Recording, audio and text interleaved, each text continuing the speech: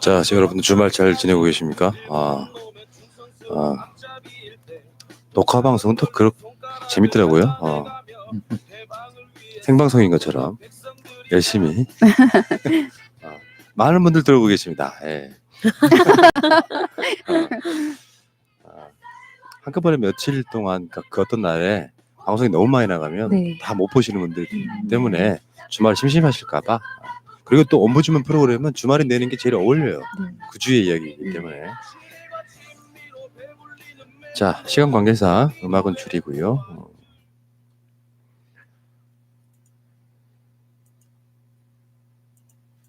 예, 팟캐스트 최초의 오직 옴부즈맨만을 위한 프로그램 새날 한나인 66번째 방송 시작하겠습니다. 자, 선남선녀가 나와 계십니다. 소년도 와 있네요. 저기. 자, 볼메 임진님. 안녕하세요. 볼메 임지입니다. 자, 어서 오시고. 다음에 커트님. 네, 안녕하세요. 커트입니다. 어서 오시고. 네. 명숙님. 네, 안녕하세요. 정명숙입니다. 이제 가을이네요. 보면 진짜로 그렇죠. 네. 밤에 선풍기 켜더니 추워. 에어컨도 못 틀고. 네. 더군다나 지금 입추도 지났고, 그리고 추석 명절은 사실 코앞에 와 있고요. 자, 잠깐만 그 이야기 짧게 좀 하자고요. 추석 명절이 오면 좋으세요? 세 분은? 저는 그다지 좋지 않아요. 저도 조금 부담스러운 편입니다, 아직. 그렇죠. 저는 뭐 좀 자유로운 편이니까요. 예, 그다지 뭐 와도 그만 안 와도. 이제 부모님하고 조금 거리가 있으니까 부모님 뵈러 가야 되고 또 부모님 기다리시고. 네. 나이 먹어보니까 나이 먹으니까 그런 게 있더라고요. 그러니까 부담스러운 건 누구나 비슷할 거예요. 서민들은 내는 것도 힘들고 어떻게든지 돈도 깨지고 그런데 진짜 중요한 건 가족들끼리 만날 수 있다는 거. 강제로라도 소환해서 만날 수 있다는 거. 요 관점이고 제가 한때 너무 어려워가지고 아예 고향을 못 내려갔던 시절이 몇 년 있었어요. 그러면 어머니가 항상 명절 되고 전화를 하십니다. 아무것도 안 사와도 되고 용돈 안 줘도 되니까 그냥 왔다만 가라 이렇게 하실 때 그 심정이 어땠을까 이런 생각들을 많이 해봤던 그런 시절이 있었습니다. 부모님은 기다리시고요. 뭐 부모님 안 계시는 분들이라도 누군가는 특히나 나보다 나이가 연세가 좀 드시고 경제적으로도 좀 힘든 분들은 더 보고 싶을 거예요. 그래서 얼굴만 뵙고 오는 거라도 저는 굉장히 중요한 부분이라고 생각합니다. 자, 다녀오실 생각 아직까지 결정 못 하신 분들 아직 시간이 좀 있으니까 준비하셔가지고 관광버스 표라도 구해서 한번 다녀오시기 바래요. 자, 출발해 볼까요? 네. 네. 자, 이슈 아닌 이슈 시간입니다. 오늘은 지금 첫 번째로 올라왔던 게 그 배달 노동자. 예, 요즘에 다 이제 뒤에가 노동자가 붙지요. 뭐 청소 노동자, 톨게이트 노동자 이런 식으로. 소위 말하면 이제 오토바이 타고 배달하시는 분들이 있어요. 제가 봐서 아찔아찔하더라. 이분들 그 배달하는 거 보면은 어쩔 때는 그러니까 뭐 우리한테 위협이 되는 건 두 번째고 굉장히 위험해 보이더만요. 특히 겨울에는 뭐 난 직접 배달하는 오토바이가 땅에 이렇게 미끄러져서 부딪히는 것까지 봤는데 직접. 어쨌든 지금 오토바이 보험료가 1년에 900만 원이래요. 근데 실제로는 어떤 사고가 나면 전혀 현실성이 없다는 바로 이런 이야기. 누가 가져오셨죠? 제가 한번 골라봤는데요. 네. 저는 이 소식을 접하기 전에는 이제 오토바이 보험료가 그렇게 비쌀 거라고는 생각 못했어요. 제가 듣기로는 뭐 덤프트럭 큰 트럭도 한 500만 원, 600만 원 많이 나오는 경우. 그래서 사실 상식적으로 생각했을 때 1년에 오토바이 보험료 900만 원이 너무 비싼 게 아니냐 저는 그렇게 생각했는데 또 다른 이제 그 게시판에 쭉 올라오는 그 반응들을 보니까 야 이거 한 3천만 원 매겨야 된다. 그러니까 이제 이분들이 화가 나신 거예요. 이 그러니까 이걸 다른 말로 또 이동 노동자분들이라고도 하는데 이동 노동자분들이 너무 막 그 위험하게 운전한다. 뭐 이게 말이 되느냐. 뭐 정신 차리게 해야 된다. 이런 댓글들이 있었는데 저는 그래도 이 배달 노동자분들도 쉬운 직장은 아닌데 힘들게 일하시는데 그 배달료의 좀 현실화라든지 뭐 안전 배달료의 도입이라든지 이런 것들에 대해서 우리가 한번 조금 생각해 볼 만한 이슈들이 있지 않겠느냐. 그리고 보험료 1년에 900만 원 너무 비싼 거 아니냐. 그래서 이제 한 달에 뭐 60만 원씩 이렇게 빌려서 타신대요. 본인이 이 보험료를 감당하기 힘들어서 뭐 그런 소식이었습니다. 예, 네. 그렇군요. 몰랐던 사실 알게 됐고요. 자, 오늘 채택된 이슈 아닌 이슈는 시각장애인의 안내견이 있습니다. 근데 안내견을 쫓아내면 불법이다. 근데 많은 분들이 되게 그걸 모르시는 것 같아요. 그래서 시각장애인의 안내견을 못 들어오게 하면 300만 원 이하의 과태료가 부과된다 그래요.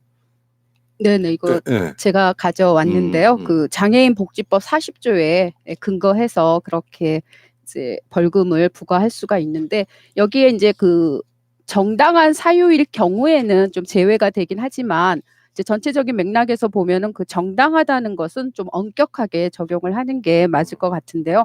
요즘에 보면은 저희가 시각 장애인이나 청각 장애인 분들하고 이제 안내견이 다니는 모습을 저희가 간혹 볼 수가 있는데요.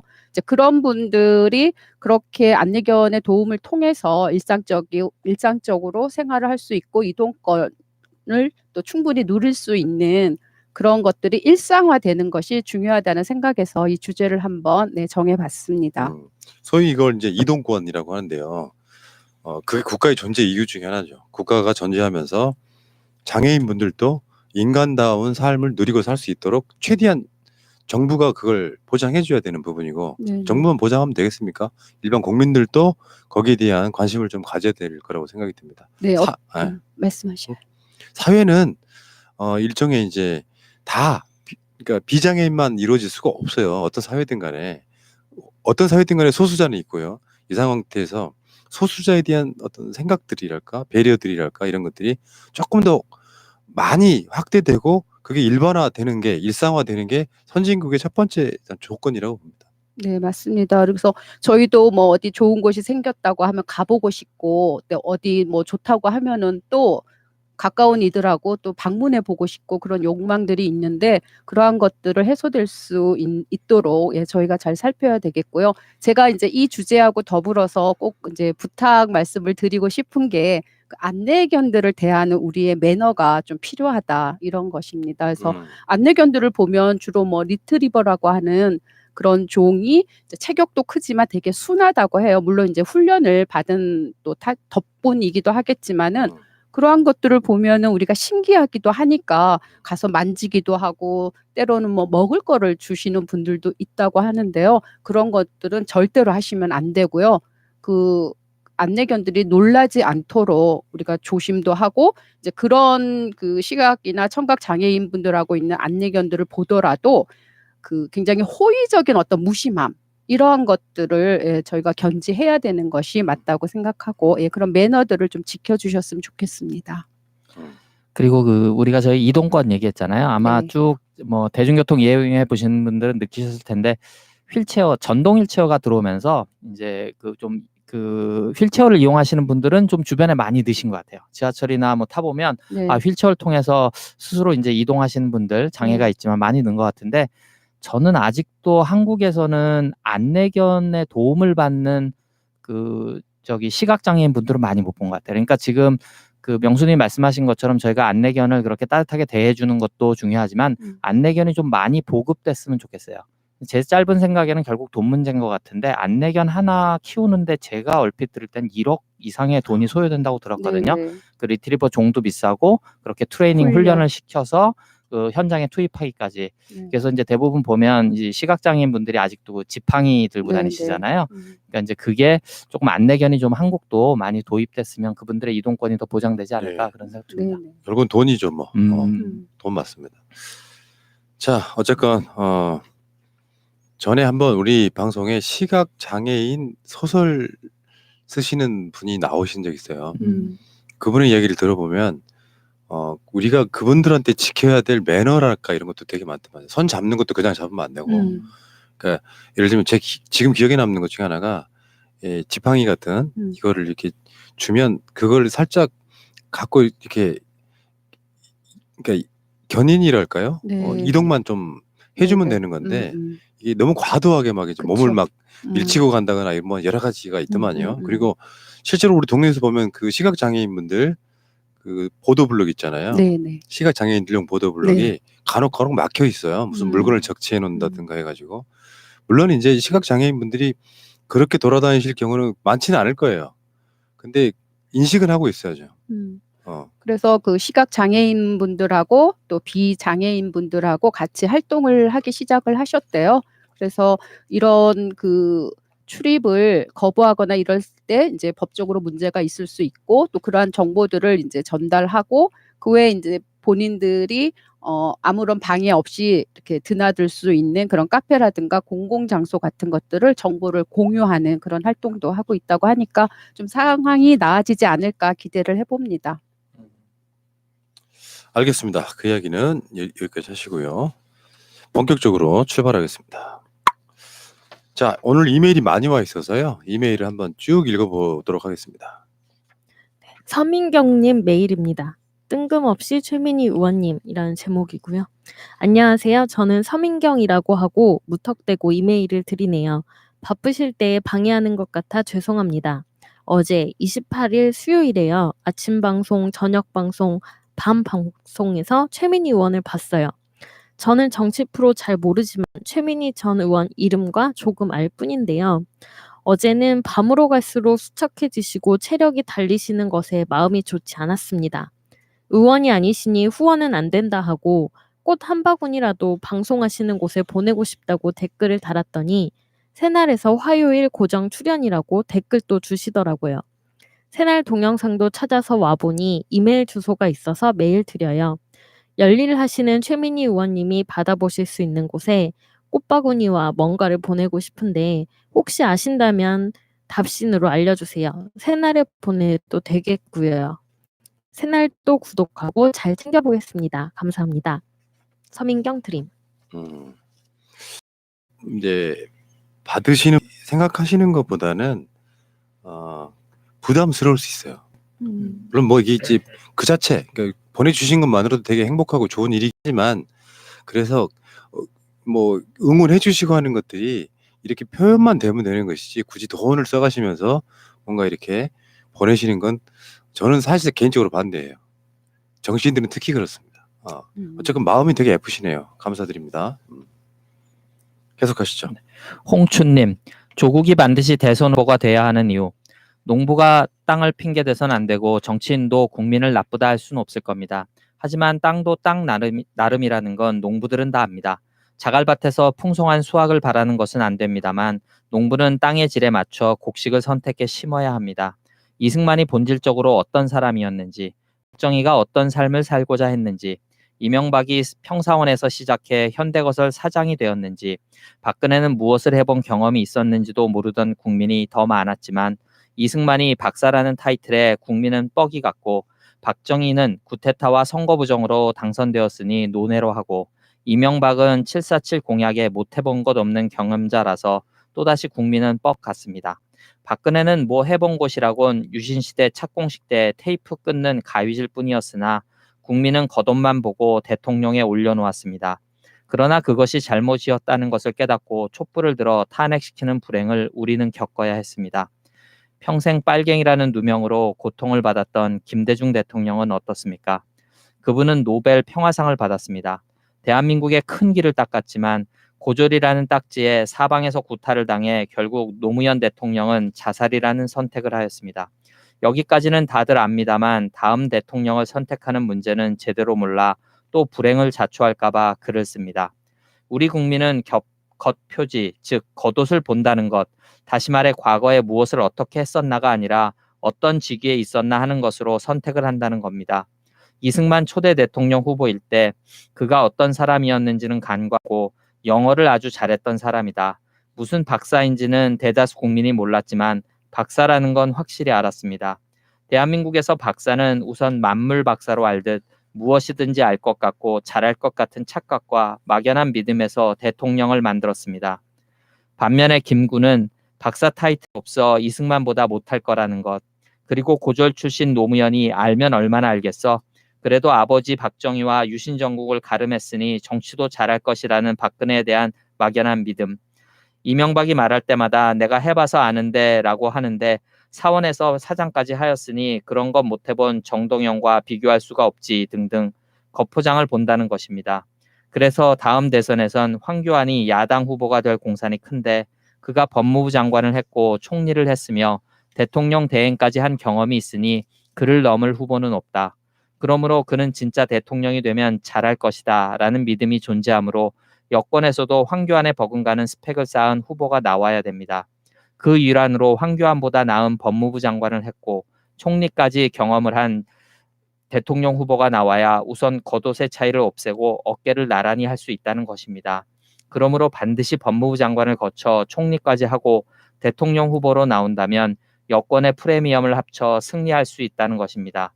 노무현의 탁월한 정치 철학이 이명박이 되자 물거품이 되었듯 문재인의 노고로 전 정부의 엉클어진 정치판을 새로 고치는 데에도 얼마나 많은 고통이 따르고 있습니까? 그런데 만약 야권에서 대통령이라도 되면 모두 물거품이 될 것은 뻔해 보입니다. 사사건건 물고 늘어지는 것 보면 확실해 보입니다.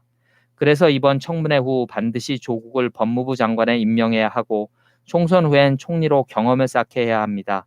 그리고 대통령 후보로 나와 연속 집권을 해야 대한민국의 민주주의가 자리 잡아갈 것입니다. 민주당의 집권 10년도 잃어버린 10년이라고 하는 사람들인데 5년 집권하고 야당으로 정권이 넘어가면 뻔할 뻔짜일 것입니다. 그래서 그 첫발에 조국이 임명돼야 하고 진보가 연속 집권하고 10년 후에도 더 해야 겨우 민주질서가 잡힐 것입니다. 총력을 다합시다. 새날의 수고를 알고 응원합니다. 대한민국 조국의 법질서 확립에 올인합시다. 예, 여기는 잠깐만 코멘트를 하면은 지금부터 대선 이야기가 나오면 사실 안 되는 거예요. 이거는 사실 어떻게 보면 사적인데 우리들끼리 어떤 생각일 수는 있어요. 그 지점 말씀드리고요. 네, 꼬마 앙바님의 이메일입니다. 안녕하세요. 새날 덕분에 힘든 시간을 함께할 수 있어서 위로가 많이 되었습니다. 조국 후보자 관련하여 속이 상하고 해서 잠이 안 오네요. 처음부터 조국 따님이 뭐가 문제지? 저는 그런 생각을 했었거든요. 왜냐하면 제가 편집 일을 하는데 예전 회사에서 보면 경기여고나 개포고 같은 강남 쪽 학교는 논문, 자격증, 학부모 인턴십, 봉사활동 그런 것들을 다 해서 요즘 고등학생들은 참 힘들겠구나 생각을 했었거든요. 석사도 논문을 안 쓰는 시대인데. 그리고 나면 주요 대학 합격자 중심으로 합격 수기집을 만드는데 조국 따님이 부산 의전원 합격 수기에 썼던 거랑 비슷했어요. 정작 중요하게 말씀드리고 싶은 건 대한병리학회에 그 당시에 제1저자에 대한 규정이 있었는지 찾아봐 달라고 부탁드리고 싶어서입니다. 규정이 없이 학생에게 도움이 되었으면 하는 생각에 제1저자로 관행에 의해서 올린 거라면 특별히 문제가 될 게 없지 않나 하는 생각이 들어서입니다. 규정이 그 당시에는 없었는데 지금은 더 엄격해져서 생겼을 수도 있거든요. 제가 학회지 논문 편집도 많이 했는데 그런 규정이 명확히 없었던 학계도 있었던 것 같아요. 안 그래도 바쁘신데 어디 부탁할 곳이 없어서 메일 드려봅니다. 늘 좋은 방송 감사합니다. 안녕히 계세요. 박소희 드림. 예, 이 부분은 사실 어떻게 보면 그쪽이 전문 영역이잖아요. 네. 근데 대략적으로 알아본 바 이런데도 규정이 좀 미비하다거나 확실하게 정해진 게 있다거나 이런 것보다는 좀 엉성해요. 어떻게 보면 그런 측면들이 좀 있더라고요. 딱 정해져서 이거도 아니다가 정확하게 답이 나오면 좋은데 그렇게 안 되는 경우가 꽤 있기도 합니다. 자, 계속 넘어가시고요. 권마티님입니다. 잠깐만요. 이 메일은 보내신 지 오래됐어요. 한 2주 이상 됐는데 제가 놓치고 지나간 부분이라 마틴 권님께 죄송하다는 말씀드리고요. 푸나님 그리고 신비님 오늘도 악마들과 열심히 싸우시느라 수고가 많으십니다. 뉴욕입니다. 요즘 온 나라가 시끄러운 조국 후보의 이슈에 대해 한국민들께 간단히 한마디 부탁 말씀드리고자 오랜만에 글을 보냅니다. 먼저 말씀드릴 것 하나가 있는데 그것은 국내에서보다 나라 밖으로부터의 내 나라에 대한 평가와 판단이 훨씬 더 정확하고 객관적일 수 있다라는 사실입니다. 왜냐하면 복잡해 보이는 일들도 멀찌감치해서 보면 간단히 보이는 법이거든요. 지금 한국 사정을 보니 모든 언론과 야당이 조국 후보를 내쫓기 위해 최후의 발악을 하고 있는 것 같은데 아무리 작은 나라여서 일어날 수 있는 일이라 할지라도 이건 아닌 것 같습니다. 한번 심호흡을 한 뒤 눈을 크게 뜨고 멀리서 한번 보십시오. 한반도에 지금처럼 할 일이 많을 때가 앞으로 또 있을까요? 이런 시기에 매국노 집단인 자유당인지 뭔지에서 기생하고 있는 인간 쓰레기들은 나라에 대한 걱정은 아예 외면한 채 청문회라는 명목으로 일개 장관 후보자에 대한 무차별적 뼈추림식 공격으로 오로지 정권 탈취의 기회를 마련해보고자 하는 속셈만이 뻔히 보일 뿐입니다. 이번 조국 후보자에 대한 의혹들을 보니 너나 내나 다 같이 인생살이 겪어가면서 맞닥뜨릴 수 있는 가정사일 뿐이더군요. 악당들이 제기한 의혹들에 대해 지네들 스스로 불법과 위법 사실을 찾아낼 수 있을까요? I don't think so. 그 이유는 여기에 있습니다. 국민 여러분 잘 들으십시오. 매우 간단합니다. 문재인 대통령과 조국 후보의 관상과 매국노 집단 악마들과의 인상을 비교해 보십시오. 솔직히 어느 관상이 더 나라를 진정 생각할 것처럼 보이십니까? 국민 여러분, 지금 가만히 눈을 감고 감상해 보십시오. 문재인, 조국, 그리고 상대격인 황교안, 나경원, 그리고 아래 쫄자들, 민경욱, 강효상, 이인재, 곽상도, 박대출, 김성태, 김무성 등등. 여러분들은 안 보이십니까? 진솔과 정의의 얼굴, 그리고 은큼, 가식, 거짓, 욕심, 암흑, 그리고 공작의 얼굴들. 잘 들여다 보십시오. 이들은 이 얼굴들의 내성을 숨기고 지금껏 국민들을 속여 지배하고 왔습니다. 아예 이참에 이명박과 박근혜 얼굴들을 가만히 눈 감고 되새겨 보십시오. 기만과 음흉의 결정체처럼 보이지 않으십니까? 대한국민 여러분, 이제 더 이상 속지 마십시오. 세상살이 인간 세상 아무리 복잡하다 하더라도 인간은 얼굴을 보면 대충 모든 걸 알 수 있는 법이랍니다. 요즘 미친 짓 하고 있는 언론인가 뭔가 하는 사업가들 말 믿지 마시고 여러분 스스로 어느 쪽이 더 진솔한 얼굴들을 가지고 있는지 잘 판단을 내리셔서 그쪽에 나라를 맡기십시오. 이것이 여러분의 나라 대한민국을 살리는 한 가지 방법입니다. 이건 좀 늦은 속에 죄송, 윤석열을 비난하진 않겠지만 더 이상 그가 영웅이 아닐 수도 있겠다는 생각이 드네요. 공수처가 답인 듯. 근데 외모를 가지고 말하기는 좀 어렵지만 공교롭게도 예, 네. 여기 열거된 분들을 생각을 하니까 좀 약간 맞는다는 생각이 드네요. 무슨 뭐 나이 40 넘으면 자기 얼굴에 책임을 져야 된다 뭐 그런 네. 말도 좀 생각이 나긴 하네요. 네네. 뉴욕에서도 메일을 보내주셔서 감사합니다. 네. 김용임님 메일입니다. 입학사정관 입시제도 하에 두 딸을 대학 보낸 엄마입니다. 요즘 조국 장관 후보 딸의 입시 관련 이슈를 보면 뭣도 모르고 떠들어대는 꼴에 정말 화가 납니다. 저 조국 후보 별로 안 좋아하는데요. 그 따님 생각하니 제 딸 같아서요. 아무 잘못도 없는 애를 왜 가지고 그러는지.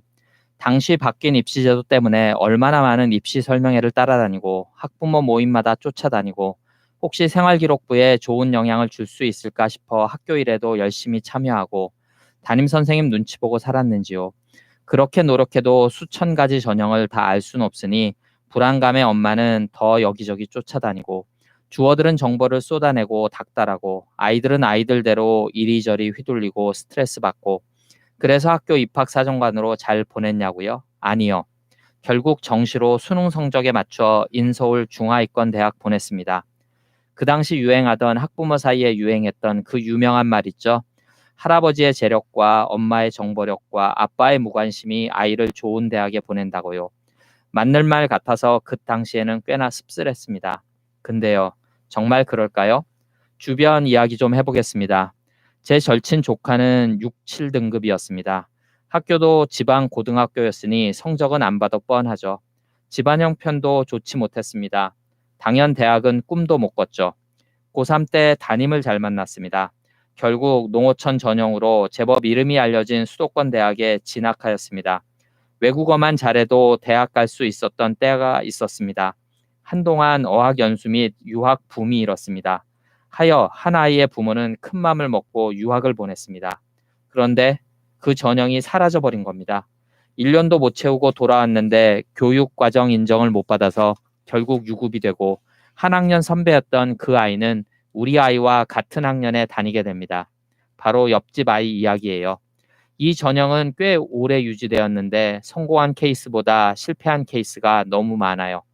꽤나 많은 아이들과 부모가 마음의 상처와 금전적 손해를 보았죠. 책을 출간하거나 저자의 이름을 올리면 대학에 갈 수 있는 전형이 한때 있었습니다. 저는 출판 관련한 일을 합니다. 당연히 저는 우리 아이를 이 전형으로 대학 보낼 수도 있겠다 싶었습니다. 근데 우리 아이가 입학하려면 아직 몇 년이나 더 남았는데 이 전형이 사라져버립니다.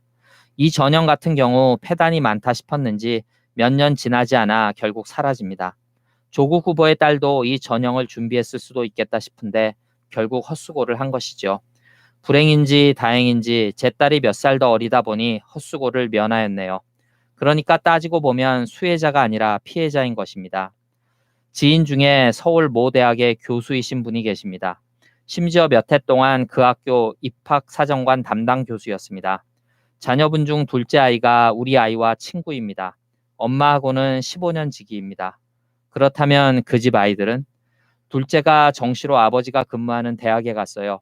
사람들은 부모가 교수면 대단한 혜택이 있을 줄 아는데 없어요. 정시, 그것도 2차 대기 받아서 갔으니 말 다 했죠. 큰아이는 어학 관련 특별 전형으로 대학 갔어요. 부모가 유학 중이어서 어린 시절을 고스란히 외국에서 보냈기에 원어민 수준의 어학 실력을 가진 데다 입학사정관 초창기라는 시기적 호재가 겹쳐서 가능한 일이었습니다. 큰아이 대학 갈 당시 교수가 아닌 시간 강사였어요. 교수랑 아이 대학 입학이랑 뭔 상관이 있을까요? 조국 후보 딸 공부 잘했다면서요? 그 아이 공부 잘해서 운도 안 따라주면 원하는 대학 못 가는 애들 많이 보았어요. 물론 경제적인 여유가 진학에 좀 더 유리할 수 있다는 거 인정합니다. 일찍부터 비싼 컨설턴트 붙여 준비할 수도 있는 것이니까요. 근데 절대 그게 다일 수는 없는 겁니다. 주변을 보세요. 수시로 운 좋게 진학한 아이들도 얼마나 많은지. 4, 5년 전에 대학에서 특히 상위 대학 내에서 입학 전형별로 아이들끼리 계급을 만들어 차별하는 문제가 TV에서 방영된 적이 있습니다. 수시로 들어오는 아이들을 수시충이라 부르며 무시하는 문화지요. 이미 학력 차이가 심한 상태로 함께 수강하고 과제하고 하려니 정시로 입학한 아이들을 무시하는 겁니다. 아이들을 욕할 수 있나요? 저는 이미 제 아이들에게 고충을 들어 그런지 비난만 할 수 없던데요. 지금 입시제도가 또 많이 다른가 보더라고요. 그 당시 입학사정관 제도는 복불복, 재수를 넘어 거의 야바이 수준이었습니다. 성적보다 턱도 없이 좋은 대학에 입학할 수도 우리 아이들처럼 수시 떨어지고 밀리고 밀려서 정시로 그 아이들보다 낮은 대학에 갈 수도 있었다는 겁니다. 그런 아수라판이니 자기 딸을 위해 친히 전형도 만들어내는 정신 나간 여편네도 나오는 거겠죠. 제일 억울한 건 누구겠습니까? 제 딸들, 조국 후보 딸을 포함한 우리 아이들이고 이리저리 끌려다니며 돈 버리고 헛수고한 부모들입니다. 제발 겪어보지 못한 인간들 제발 닥치고 있으라고 해주십시오. 네, 여러 상황들이 많이 대두가 되는 것 같아요. 저희 조카도 고3이어서 뭐 서류 같은 걸 이렇게 보면은 뭐 점수 매기고 등급 매기는데 막 소수점 이하도 나오고 이러더라고요. 그러니까 머리가 아파서 그걸 제대로 들여다보지도 못했는데 대학을 가는 게 이렇게까지 힘들게 하고 또 여러 부류 전형들을 만들어내는 게 과연 맞는가? 대학은 좀 쉽게 가고 대학 가서 공부를 열심히 아주 진짜 공부를 안 하면 못 배길 정도로 대학에서 훈련을 시키는 게 맞겠다는 생각이 요즘에 자주 들더라고요. 김용희 님이 메일 읽어보니까 많이 화가 나신 것 네. 같아요. 근데 이제 그럴 만한 사정인 거죠. 뭐 네. 아시는 분은 아실 것 같고. 근데 네. 좀 아쉬운 거는 이제 자식 대학 보낼 때는 이렇게 막 그 흥분하시고 이게 말이 안 된다 생각하시는데 또 지나고 나면 싹 다 잊어버리시는 것 같아요. 그러니까 그러니까 전체적으로 뭐 아주 그냥 공정한 이런 상황을 만들기는 현실적으로 너무 어렵지만 하여튼 지금은 이런 문제들이 대두가 됐기 때문에 아무튼 좀 거국적으로라도 다들 머리를 맞대고 정말로 학생들을 위하고 정말로 그 실력들을 위한다면 어떻게 해야 될지 한번 논의들을 해봤으면 좋겠습니다. 그다음 이메일로 넘어갈게요. 김재옥님. 안녕하세요. 여기는 스위스입니다. 거의 매일 새날을 듣고 있어요. 오늘 조국 비판하는 위선자들의 유형 몇 가지를 들으면서 조국 교수님 힘내시고 멀리서 지지하고 있다는 말을 꼭 전하고 싶어서 메일을 씁니다. 저는 38년을 스위스에서 살고 있고요. 박근혜가 대선에 당선되면서 한국 국적을 포기했고 마침 아들을 데리고 2016년 겨울 광화문 촛불도 3주 내내 나갔어요.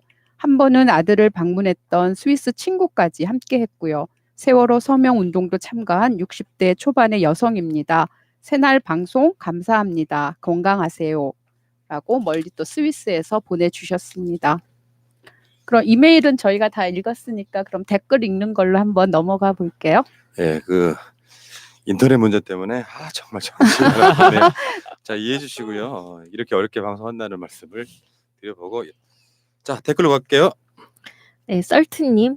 대법 판결. 이제야 삼성의 제대로 된 판결이 정의로운 나라, 나라다운 나라 기대해 봅니다. 햇살 가득님. 윤석열 칼 잘 써라. 지켜본다. 일을 못할 만큼 힘듦. 걱정 걱정. 나베 대기해. 칼춤. 안병철님. 윤석열 총장은 우리 문재인 대통령께서 하사하신 복엄을 잘 휘두르시기를 바랍니다. 아무튼 간에 인간은 보은의 은혜를 잊지 말아야 하고 너무 넘치면 부족함만 못하다는 것을. 노영동 이씨님. 이 광기의 조국 시국에 털보 유공에 출연한 유시민 전 장관의 말이 그나마 위로가 되네. 생각할수록 왜 이런 국가적 낭비를 눈뜨고 봐야 하는지 너무 화난다. 네, 플래시드님입니다. 이제 아베 추종 세력들이 조국 달로 안 될 것 같으니 슬슬 사모펀드로 갈아타네요. 사모펀드 문제 삼을 거면 우리 부유하신 국회의원님들과 검사들을 비롯한 고위공직자들, 부동산 및 금융자산 다 까봅시다. 조국보다 깨끗한 사람 몇이나 있는지. 이 쓰레기 같은 언론들이 뭘로 프레임을 걸지, 검찰 내에 조국 검경 개혁안에 반감 가진 자들이 과연 또 어떤 프레임을 걸지 뻔히 눈에 다 보입니다. 조국 재산 가지고 시시비비를 따지기 전에 공직자들 재산 시비 걸어서 문제되는 사람 다 퇴출시키면 아마 청문회장이 참 깨끗해질 겁니다. 이리 터블님. 조국 후보자가 요즘처럼 죽어야 한다고 생난리쳐서 사퇴할까봐 겁나네요. 조국 후보자처럼 사실 같지도 않은 비판한답시고 난리치면 누가 괜찮다고 할 수 있죠? 이제껏 조국 후보자가 했던 말과 실천이 다르다고 실망했다면 아무도 비정상적인 현실을 비판하지 말라는 겁니까? 그런 일 절대 없고 자신 말대로 해서는 현실을 살기 위해서는 비정상적이라도 자식들도 그대로 해야 한다고 생각하나요? 나경원의 사학비리, 나경원 딸의 어처구니 없는 특혜 입학했을 때 기사화했던 언론이 뉴스타파 빼고 있었나요?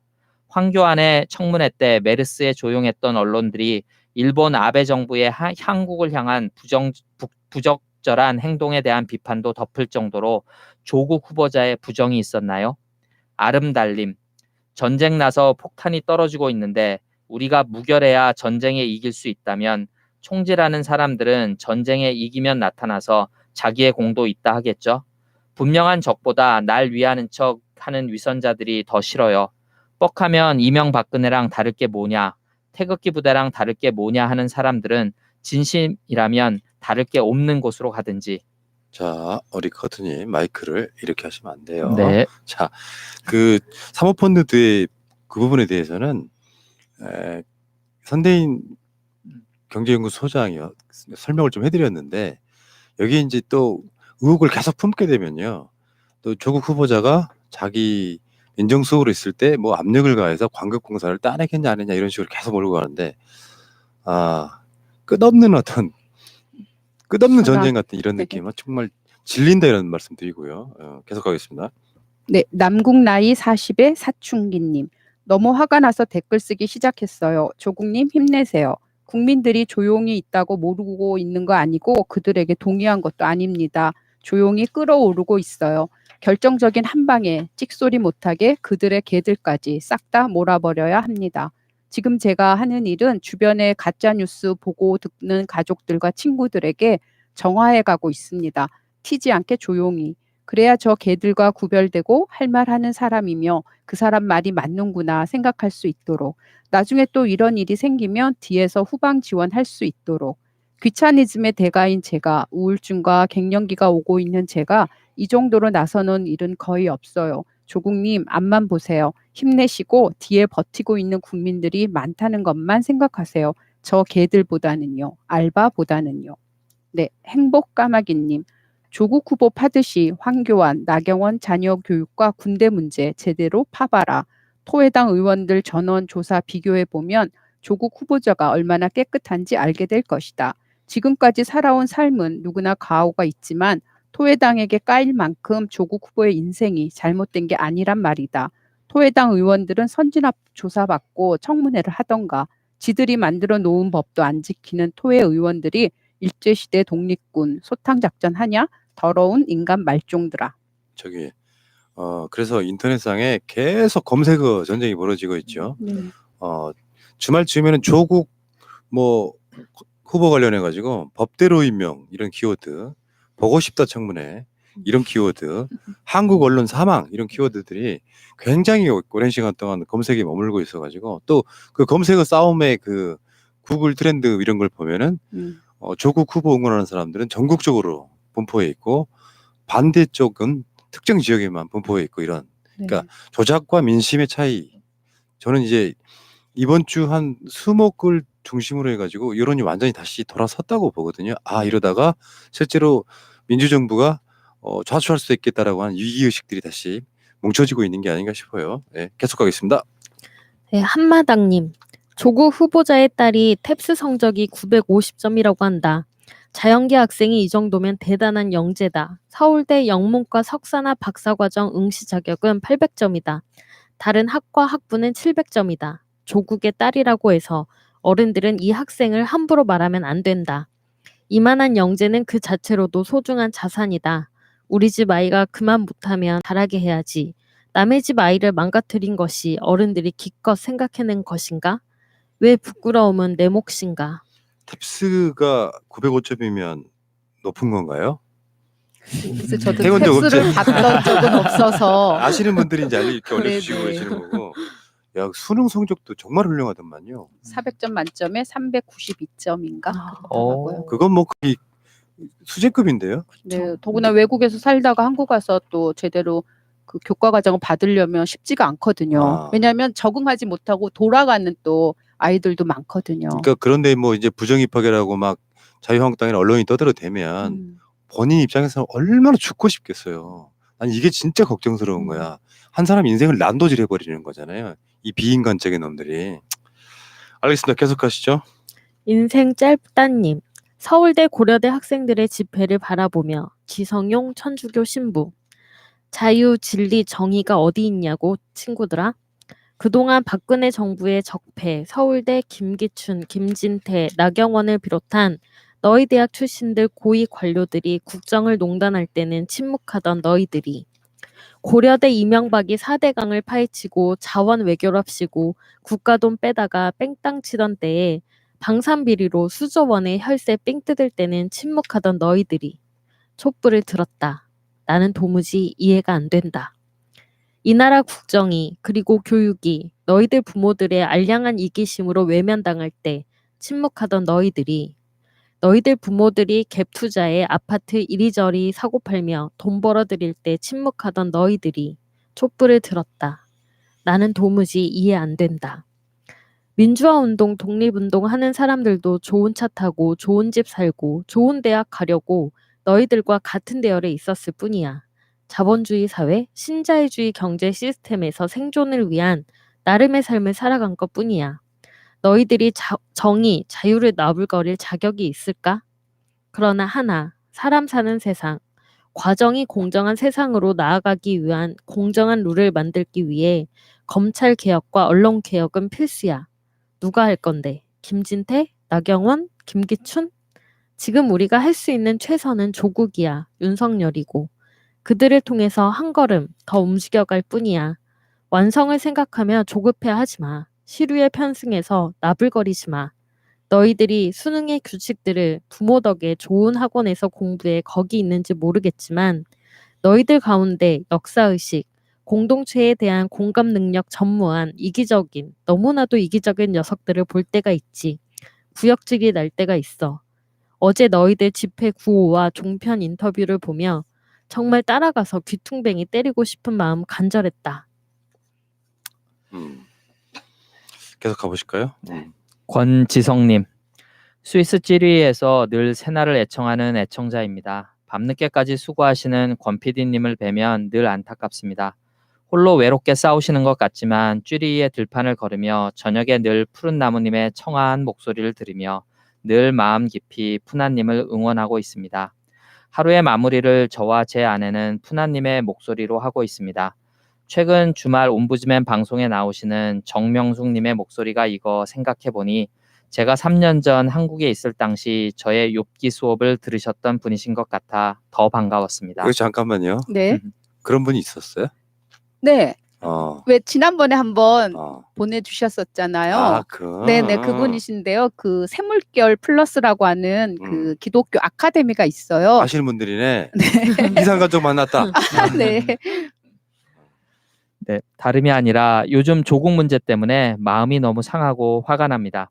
그래서 여러 사이트를 다니며 댓글을 달기도 하고 제가 할 수 있는 조국에 대한 바른 뉴스를 퍼뜨리려고 노력 중입니다. 그런데 이와 관련해서 한 가지 드릴 말씀이 있습니다. 물론 내부 총질은 해서는 안 되고 우리가 단결해서 여론전을 하고 싸워야 한다는 것 인식하고 있습니다. 그리고 100% 우리가 단단히 뭉쳐서 나아가야 하고 그들을 끊어내고 그들의 허약한 고리들을 공략해야 될 것이라고 생각합니다. 특히 나베와 황교안 자녀들의 비리에 대해서 적극 문제 제기해야 합니다. 이를 통해 그들의 본 모습을 적나라하게 드러내야 할 것이라고 봅니다. 하지만 반대로 아무리 생각해도 조국 장관 후보를 이틀 동안 9월에 청문회를 하는 것으로 협상한 것에 대해서는 매우 아쉬움이 남습니다. 정치인들이 협상력을 발휘해야 하는데 민주당 지도부에서 정말로 그런 협상력을 발휘한 것인지 정말 아쉬움이 진하게 남습니다. 조국의 사태를 보면서 노무현 대통령의 논두렁 시계도 생각이 나고 마음이 너무 아픕니다. 어른인 우리들이 조국의 딸인 조민님에게 죄송하다고 말해야 하고 자신을 희생하면서 싸우고 견디는 조국님을 응원해야 한다고 봅니다. 물론 국민들은 저는 조국을 위해서 싸울 것입니다. 그런데 이런 조국 후보만큼 민주당 의원들은 그렇게 적극적으로 나가지 않는 것 같습니다. 물론 푸른나무님은 다른 생각이실 수도 있겠지만 이를 김현 대변인님에게도 전달해 주시기를 바라겠습니다. 쭈리에서 권지성 올림. 이런 측면은 있죠. 이제 민주당 입장에서도 처음에 언론들이 의혹을 막 쏟아낼 때는 일단 지켜봐야죠. 거기에 대해서 사실관계를 모르는데 방어하기 힘들었을 것 같고 특정 시간이 지나면서는 민주당 구성원들도 열심히 싸우고 있는데 문제는 언론이 문제라 그랬잖아요. 그러니까 언론들은 일방적으로 조국 후보자 딸의 이런 것들을 계속 쏟아내는 어떤 상황이었잖아요. 근데 거기에 대한 반대의 민주당 목소리는 사실 보도를 잘 안 해주는 측면도 있습니다. 그렇다 보니까 민주당에서는 잘 열심히 안 싸우나 보다라고 하는 인식이 생길 수가 있는데 이 부분은 언론이 그런 나쁜 의도를 가지고 나쁜 보도를 하는데 거기에 반대하는 민주당 목소리를 얼마나 많이 내겠습니까? 이런 지점도 한번 생각해 보실 필요가 있다. 자, 계속하시죠. 네, 초혼님입니다. 공고학번 이후에 입학 사정관제가 생긴 후 외고 등에서 스펙으로 대학 간 사례는 수없이 많은데 문제는 조국님의 딸은 스펙으로 대학 간 사례도 아니에요. 그리고 스펙으로 대학 간 것도 정당하게 해당 전형을 이용해서 입학한 것으로 편법이라고 볼 수도 없습니다. 08학번까지는 이 사정을 전혀 모르고요. 08년도에 한영외고에서 학부모 인턴십 참여 학생은 차고도 넘칩니다. 요걸 이제 교묘하게 비틀어 가지고 불법, 편법, 특례 이런 식으로 몰아갔던 언론들 저는 언젠가는 이게 다시 자신들한테 화살이 돌아갈 거라고 봐요. 계속하시죠. 네, 이상열님. 촛불 시민이라고 생각하며 살아가고 있습니다. 적폐 청산과 복지 사회로의 전진만을 생각합니다. 이번 상황에 대처하고 있는 조국 후보를 보자니 그의 사법 개혁에 대한 강한 의지를 다시 보게 됩니다. 검든 희든 고양이는 쥐를 잘 잡으면 된다 하던 말이 떠오릅니다. 조국만한 이가 다신 없을 듯합니다. 뜻있는 시민들 적폐 세력의 계략에 소탐대실하지 마시길 바랍니다. 유쾌한 시민님. 이상구 교수님 말씀에 격하게 동의합니다. 개떼들을 대할 때는 사냥꾼의 마인드로 대해야 한다는 것 맞습니다. 개혁을 신사적으로 하다 보면 오히려 되치기 당한다는 거 또 당할 수는 없습니다. 국민이 준 권력, 민주당도 악바리처럼 대응하길 촉구합니다. 썰트님, 이상구 교수님 말씀에 공감합니다. 국민을 위해 주어진 권력을 써야 된다고 봅니다. 적폐들 청산해야 합니다. 서울대 고려대 실망입니다. 지금 상황이 노 아베를 외쳐야 할 때지요. 정말 정의로움이 무엇인지 묻고 싶네요. 정의로운 사람을 묻어버리는 적폐 언론을 어떻게 해야 하나요? 자한당이나 재벌들 스피커 노릇하는 쓰레기 언론들 결국 국민이 단결해야 합니다. 언론 권력도 개혁하자. 국민의 힘으로. 황희정님, 상당히 모순적이죠. 조국이 특혜라고 욕하면서 실제 특혜를 받는 층이 아니었던 노무현 같은 사람을 무시하고 욕하는 게 자한당이고 언론이죠. 우리와 같은 자는 천하다고 욕하고 우리보다 잘난 자는 위선이라고 욕하면 누가 우리를 위해 남죠? 정말 걱정입니다. 찡따호님, 중도라 자칭하거나 민주 세력이라 칭하는 여러분, 여론 무서워서 쫄지 말자. 한두 번 겪나? 학교에서 이짐에 당하는 애 잘못한 것도 없는데 그냥 여론이 그래서 나도 괴롭히는 거 정말 비겁한 거더라. 내가 옛날에 그랬다. 나중엔 걔가 작은 실수하면 괴롭히고 같이 욕을 했다. 반성한다. 조중동 얼마나 믿었다고. 믿어서 조국을 비판하는 게 아니지. 두려우니까. 그럴 수도 있다. 조국 옛날에 했던 언행들 잘못 있어. 문제 있다. 그게 시바 자일당 것들의 온갖 불법과 관행들을 사그라들 만큼 문제냐? 불법을 저질렀냐고. 범행이 나타난다 치자. 모든 죄가 사형이냐? 벌금, 집유, 징역, 사형 등이 있다. 죄에도 경중이 있는데 댓글 같은 문제 하나 여론의식으로 공격하는 거 무서워서 태산 같은 죄를 짓는 자일당과 언론들 노름에 같이 따라갈 필요가 있냐 문제 있다. 얘기하자. 하지만 이들이 그럴 자격이 있냐고. 그리고 장관 임명하는 데에 드러난 사실들이 문제라고. 낭만만이 답이냐고 묻자. 앞으로 정권이 바뀌더라도 나올 장관들 현재와 같은 기준에서 이겨낼 수 있냐고. 딸 본인에게 유리한 전형 선택해서 전략적으로 대학을 간 것이 잘못이라면 정시 외의 모든 특별 전형이 죄일 것이다. 쫄지 말자. 이렇게 당한 게 몇 번째냐? 노무현 대통령이 죄가 있어 돌아가셨냐? 홍준표 아방궁 기억 안 나냐? 그런 새끼가 뭐? 윤석열에게 지켜보겠다고? 민주당과 자칭 민주세력 지지자들아, 우리도 좀 뻔뻔해지자. 정치하면서 엘리트 집단에게 실망해서 돌아서서 집권하는 게 자일당이다. 맞다. 좀 더 비판은 해야 하지만 눈 감아줄 능력 있을 때 좀 감아주자. 우리가 잡았을 때 아니면 감아주지도 못해. 다음 세대에게 더 깨끗하고 공명정대한 나라 물려주자. 우리가 더럽혀져도 좀 짊어지고 가자. 우리가 깨끗해서 문재인과 진보 세력 찍냐? 내가 못하니 대신 그런 나라 만들어달라고 찍는 거지. 386에게 기대 그만해라. 그리고 엘리트 집단 이해하고 인정하자. 반대해서 반사이익 업계에서 결국 자일당에게 빼앗기고 더 큰 고통과 스트레스 얻을래? 우리가 집권하면 마음에 안 드는 애들 자르기라도 하지. 자일당? 황교안, 나경원이 집권한다? 댓글 다 지워라. 잡혀간다. 계속 가시죠. 네, 제2님입니다. 저는 지방대학 출신 학부모입니다. 지금 서울 고대 학생들의 행태에 분노합니다. 지금 지방의 고등학교 1등급 아이들도 정시가 아니면 더 이상 스카이대 갈 수도 없습니다. 과연 그 학생들 스스로가 조국 딸과 다를 게 뭔지, 소위 대치동 600짜리 자소서 논문 출신들 주제에 자기들은 뭐가 그리 정의로워 촛불을 드는지, 서울대 청소 노동자에 입 닫고 이영훈의 반민족주의에는 입 쳐닫는 주제에 스카이대 기득권에 치여 빛도 보지 못한 아이들이 화가 났다면 이해할 수 있지만 서울 고대 그들은 뭐가 그리 정의로운지 다들 참. 오늘 나온 보도를 보니까 대학교 등록금에 관련된 게 나오더라고요. 저는 문재인 정부 진정성이 있다고 봅니다. 그러니까 지금 대학교 다니는 사람들, 서울대 같은 물론 이제 등록금이 좀 쌀 거예요, 다른 데보다. 네. 사립대들이 좀 비싼데 이런 부분에 있어서 진정 누가 자신들을 위하는 세력인지에 대한 고찰도 좀 해야 된다고 생각해요. 선택적 정의가 정의입니까? 그렇게 따지면은.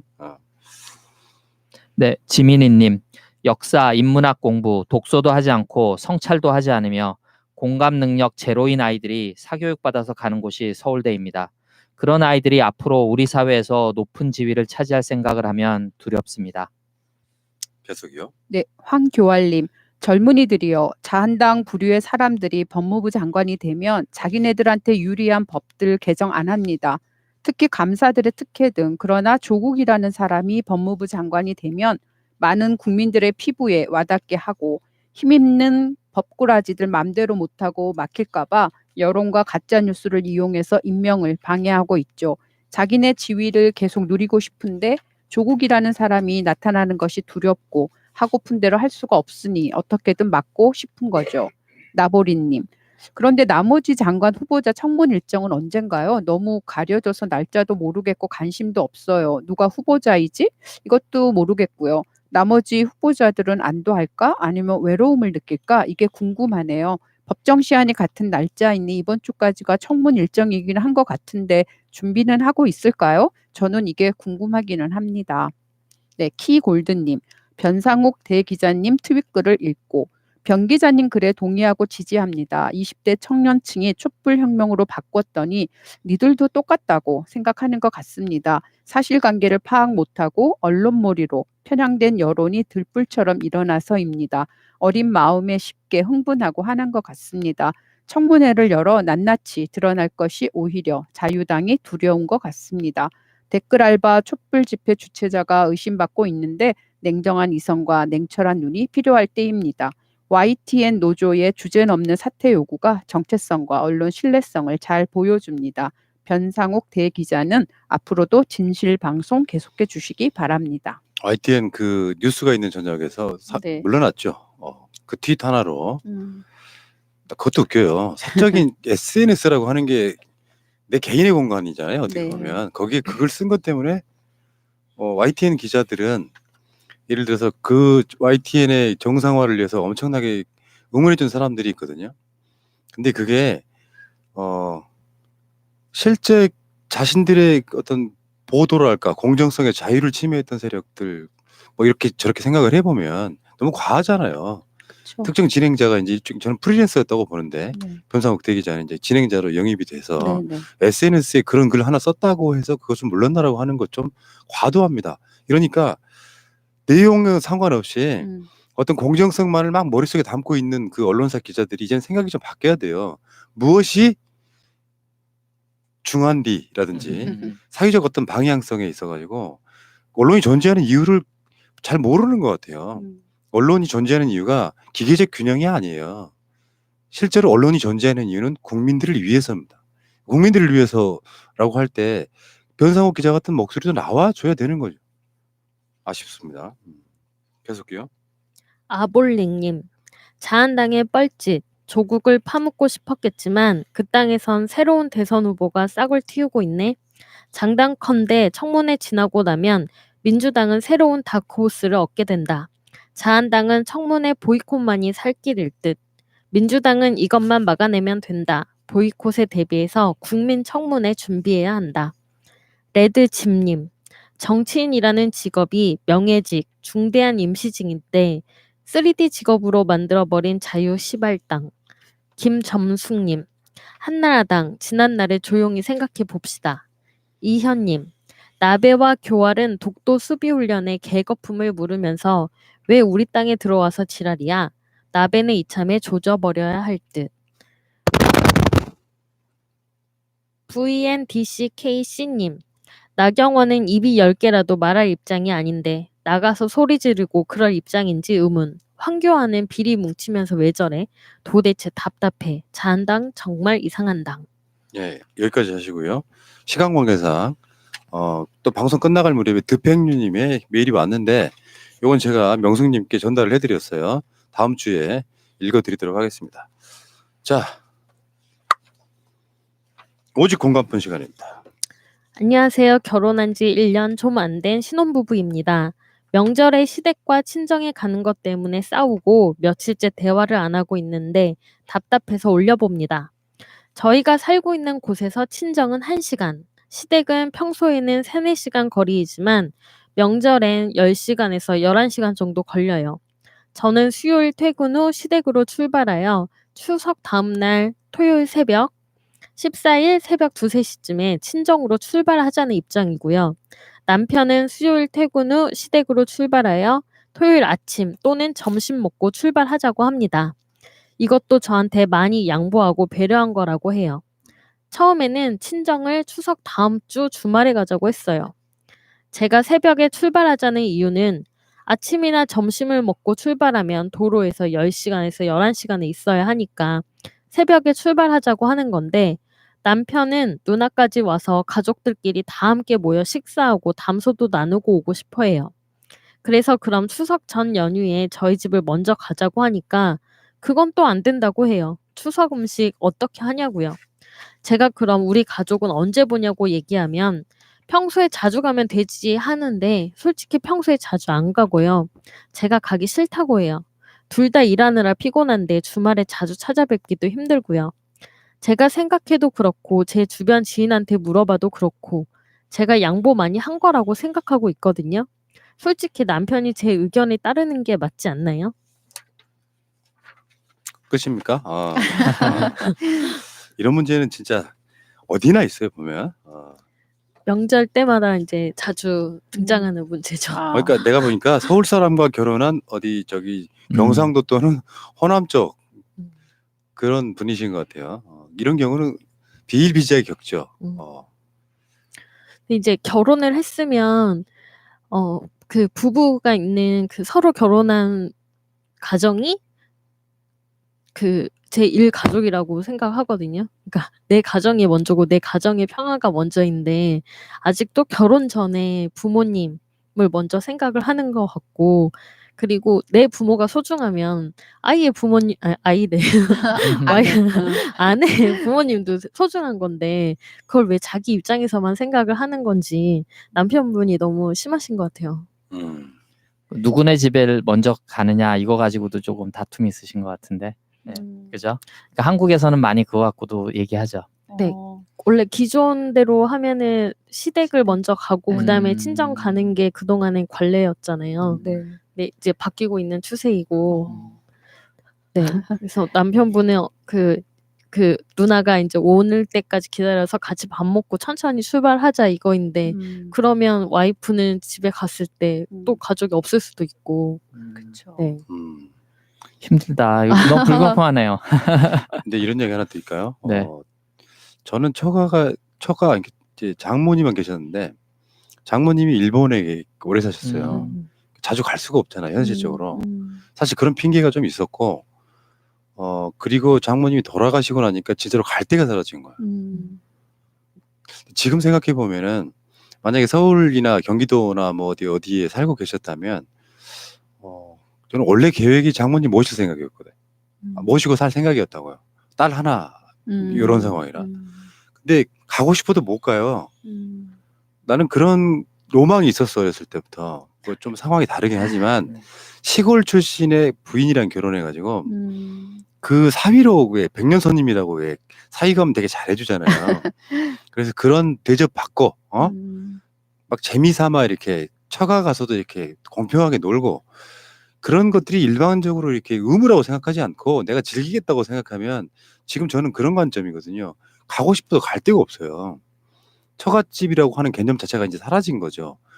이런 상황을 겪는 사람들한테는 처가에 가는 거나 시댁에 가는 걸 의무라고 생각하지 마시고요. 이렇게 합시다. 되게 복잡하게 막 해년마다 그 반복되는 논쟁인데 명절날 가면 내 마누라가 하는 만큼 나도 같이 해야 되고 지금은 가족의 어떤 그 음식 장만 같은 것도 그리고 요즘에는 그렇게 많이 하지도 않아요. 그리고 처가도 가가지고 동등하게 가가지고 어떨 때는 정 안 되면 누를 정해 이번 설에는 처가 먼저 가고 추석에는 시댁 먼저 가고 이런 식으로 이렇게 정해놓고 가면 되는 거잖아요. 그러니까 이게 너무 적대적 감정으로 이렇게 서로 딱 갈라가지고 네 집 먼저 가네 우리 집 먼저 가네 하는 식은 저는 그렇게 가족화하면 도움이 안 될 것 같습니다. 어느 한쪽이든 간에 불만을 남겨두면요 그게 언젠가는 골마 터져요. 그러니까 할 수 있는 만큼 최선을 다해서 서로가 불만이 없게 만들어야지 서로가. 근데 저희 집의 경우를 생각을 해보면 저희가 이제 지금은 그 제사를 집에서 안 드리는데요. 그 전에 드렸을 때를 보면 제사를 지내고 오후에는 또 이렇게 자기 처갓집으로 갈 수 있도록 어른들이 다 배려를 하셨던 것 같아요. 사촌들을 봐도. 근데 이제 지방으로 내려가고 뭐 이런 경우는 조금 다르긴 하겠지만 이렇게 조금 어른들이 배려해 주시면 좋을 것 같긴 한데요. 어려울까요? 가정의 분위기 탓이에요. 아, 우리 어머니 같은 스타일이 그런 스타일이에요. 네. 빨리 가라 빨리 가. 그러니까 기다리신다. 같은 부모다 이런 식의 네, 마인드 네. 갖고 있으면 되는데 이게 꼭 자기만 엄마하고 뭐 그 부인의 그러니까 자기 며느리나 아버지나 그렇게 아닌 것처럼 생각하는 분들도 생각이 바뀌어야죠. 그런데 그런 분들 많지 않아요. 지금 나는 이제 항상 내 주장이 뭐냐면 이런 게 언론상의 갈등 요소로 해년마다 뉴스가 되고 막 그렇잖아요. 네. 네. 이제 추석 다가오면 또 그런 보도 나올 거예요. 명절 증후군 얘기할 텐데 음. 실제로 많은 가정들은 상당 부분 그렇게 하고 있다고 저는 보는데 일부 가정들이 마치 전체가 그런 것처럼 보이는 경우도 있다 이런 이야기죠. 그렇죠. 예전보단 많이 좋아졌죠. 뭐 요즘은 뭐 제사 지내는 집도 거의 없어지지 않았을까? 많이 없어진 것 같은데. 네. 뭐 차례를 꼭 어디서 지내야 된다 이런 것도 많이 없어졌고. 네. 근데 그거는 저는 궁금하네. 이 남편분이 우리 방송을 들어야 되는데 사실은. 그래 우리가 좀 따끔하게 얘기를 해주는데. 아니 이분이 네. 이제 방송을 남편한테 들려주면 되는 거니까요. 아 그렇구나. 왜 그런 경우 있잖아. 부부싸움 하다 보면은 네네네. 가는 사람한테 한번 물어볼까? 이러고서 누구 말이 맞는지. 그거 괜찮다. 그런 네네. 거죠. 그렇죠. 객관적으로는 우리가 맞다는 거예요. 아니 추석 전주에 그 저기 처가댁을 먼저 가는 건 왜 반대하는지 저는 물어보고 싶네요. 이 방송 들으시면 아니 먼저 가자 그러면 먼저 가면 되잖아요. 여기 아니 사연에서는 추석에 그러면 요번엔 그게 또 연휴가 길지 않고 복잡하니 교통도 많이 막히고 전주에 먼저 우리 집을 갔다 오자라고 지금 사연 보내신 분이 타협안을 냈는데 나는 그것도 싫다. 뭐 야, 이런 그건 거는 좀 이기적이다 예, 진짜. 그죠. 그건 안 되죠. 네. 그렇죠. 자, 알겠습니다. 오늘 또 사실 말하는 것보다 글 읽는 게 더 힘들어요. 말은 내가 머릿속에서 그냥 아무 말이나 하면 되는데 글 읽는 건요. 신경을 엄청 집중해서 한자로 좀 덜 틀리려고 엄청 노력하시잖아요. 미리 준비되어 오시고 감사드리고요. 주말에 볼 방송이 없다 하시는 분들한테는 나름 조금이라도 위로가 되시길 바라겠고 정말 이번 조국 관련한 이런 논란들 때문에 많은 분들이 지금 오늘 준비한 것 중에 상당 부분 소개를 못 해드릴 정도로 많은 분들이 분노하시지만 그 논리와 여러 가지 제보랄까 이런 것들이 쏟아지고 있으면서 조국 후보는 지켜질 거라는 생각이 드는 바로 그런 한 주였습니다. 자, 오늘도 고생하셨고요. 다음 주에 세 분과 다시 하겠습니다. 고맙습니다. 감사합니다. 수고하셨습니다.